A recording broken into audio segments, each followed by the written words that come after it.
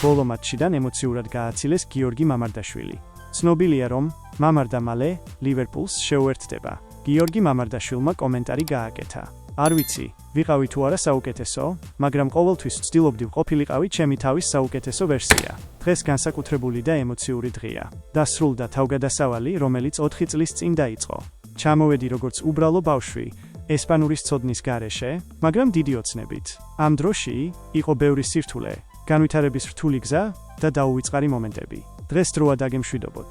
მადლობა ყველას, ვინც ამ 4 წლის განმავლობაში ჩემს გვერდით იდგა. ვფიქრობ, ჩემი პატარა ისტორია ვალენსიაში დავტოვე. იმედია, ეს კლუბი ყოველთვის იქნება იქ, სადაც მისი ადგილია, წერს გიორგი მამარდაშვილი. დამშვიდობება სტადიონზე არ დასრულებულა. მოედნიდან გამოსული გიორგი მამარდაშვილის გაჩერება ფანების მიერ ორმაგად ემოციური იყო. გიორგი, მსოფლიოში საუკეთესო მეკარე ხარ და გთხოვ დარჩი. უყვიროდნენ ისე, რომ იცოდნენ ამის შანსი 0 ტოლი იყო, ყველას მოუწერა ხელი, ფოტო ყველასთან გადაიღო და არავის დაწყვიტა გული. გზაში კი თავისთვის იხსენებდა ყველა იმ დეტალს, რაც ვალენსიამ და ამ ქალაქმა ქართველ მეოცნებე ბიჭუნას აჩუქა.